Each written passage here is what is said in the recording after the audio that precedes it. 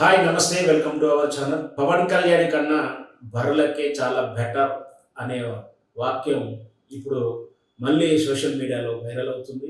జగన్మోహన్ రెడ్డి ఆంధ్రప్రదేశ్ ముఖ్యమంత్రి ఈ వ్యాఖ్య చేసినట్టుగా సోషల్ మీడియాలో వైరల్ అవుతుంది. మరి మనకు తెలుసు, తెలంగాణ ఎన్నికల్లో కొల్లాపూర్ నియోజకవర్గం నుంచి బర్రెలక్క అలియాస్ కర్ణి శిరీష స్వతంత్ర అభ్యర్థిగా పోటీ చేయడం, నిరుద్యోగుల సమస్యలు లేవనెత్తిన విధానం మనందరికీ తెలిసింది. తెలంగాణలో ఆమె ఒక సోషల్ మీడియాలో చేసిన వీడియో వైరల్ అవ్వడం, ఆమెకు చదువుకున్న ఉద్యోగం రాలేదన్న, ఆ తర్వాత చాలామంది దాన్ని విమర్శించారు. ఎందుకంటే ఒక్కొక్కరికి అదే ఉద్యోగం, ఒకరికి ఇద్దరు ముగ్గురు, అదే ఒక్క వ్యక్తికి ఒక్క ఆమెకి 2-3 ఉద్యోగాలు వచ్చిన కథనాలు కూడా మన పేపర్లో చదివాం.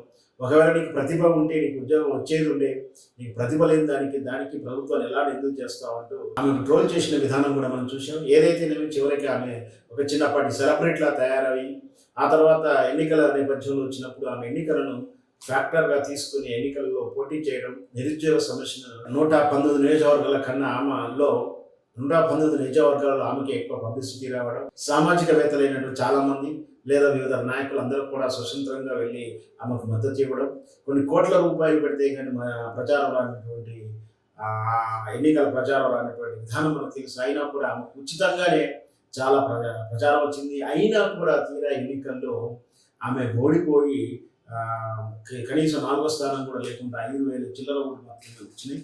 అయితే ఆ రోజు కూడా ఇదే చర్చ జరిగింది. పవన్ కళ్యాణ్ జనసేన పార్టీ కన్నా బర్రెలకే నయం ఉన్నట్టుంది అని కూడా మొన్న దాకా 2 రోజులు చర్చ జరిగింది. ఆ తర్వాత తిరిగి మళ్ళీ ఈ రోజు నిన్నటి ఆంధ్రప్రదేశ్ ముఖ్యమంత్రి జగన్మోహన్ రెడ్డి వాక్యతోటి మళ్ళీ తెర మీదకి వచ్చింది. నిజంగా కూడా ఇక్కడ జనసేన పార్టీ 8 స్థానాల నుంచి పోటీ చేసినప్పటికీ ఎక్కడ కూడా డిపాజిట్ దక్కుకోలేదు. అదే బీజేపీ పొత్తులు ఉన్నటువంటి బీజేపీ పార్టీ 8 స్థానాలను కైవసం చేసుకుంటే కనీసం ఒకటి కూడా స్థానాన్ని కైవసం చేసుకోలేదు. అయినా కూడా జనసేన పోటీ చేసినటువంటి ఎక్కువ నియోజకవర్గాలన్నీ కూడా సీమాంధ్ర సెటిలర్స్ ఓటుగా ఉన్నటువంటి ఖమ్మం జిల్లాలు, కొన్ని కత్తులాపూర్ లాంటి నియోజకవర్గాల్లో ఏరుకోరి మరీ పోటీ చేసినట్టు అయినప్పటికీ జనసేనకు కనీసం డిపాజిట్ దక్కలేదు. 2,000 ఓట్లు కూడా సరిగ్గా రాలేదు. అందుకే బహుశా పవన్ కళ్యాణ్ని విమర్శిస్తున్నారు. నిజంగా కూడా పవన్ కళ్యాణ్ మీటింగ్ పెడితే లక్షలాది మంది వస్తారు, ఎందుకో ఓటేసేవారు మాత్రం ఎవరున్నారు. అది తెలంగాణ అయినా సరే, ఆంధ్రప్రదేశ్ అయినా సరే, గత 10 సంవత్సరాలు అయినా కూడా పార్టీ పెట్టి ఈరోజు కూడా ఒక చిన్న స్థాయి లీడర్ కూడా రిప్రజెంటేటివ్గా ప్రజాప్రతినిధిగా ఎన్నుకోకపోవడం ఆ పార్టీ బహుశా అదృష్టం అని కూడా చెప్పవచ్చు. ఏదైనా సరికి పవన్ కళ్యాణ్ వ్యక్తిత్వం మంచిది, రాజకీయ రావాలనేటువంటి ధ్యేయం మంచిది.